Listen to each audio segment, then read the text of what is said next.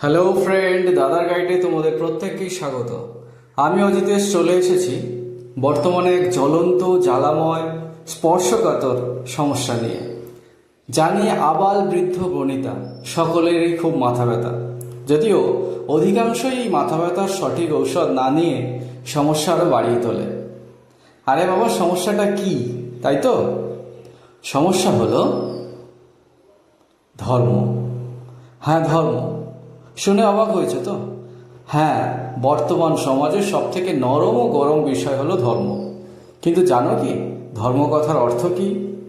ধর্ম কথার অর্থ হলো যা ধারণ করে থাকি। প্রত্যেক বস্তুরই ধর্ম আছে। ধর্ম একটি সংস্কৃত শব্দ, ধৃ ধাতুর সাথে মনু প্রত্যয় যোগে এসছে।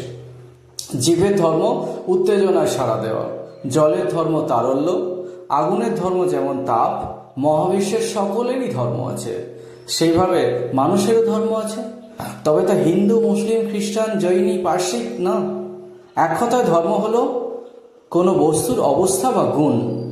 কোনো কিছু থেকে যদি ধর্মকে সরিয়ে নেওয়া হয় তাহলে তার অস্তিত্ব থাকে না। আর আমরা অবুঝের মতোই ধর্ম ধর্ম করে হানাহানি করি, লাঠালাঠি করি, মারামারি করি, করে নিজেদের সৌভ্রাতৃত্বকে নষ্ট করি।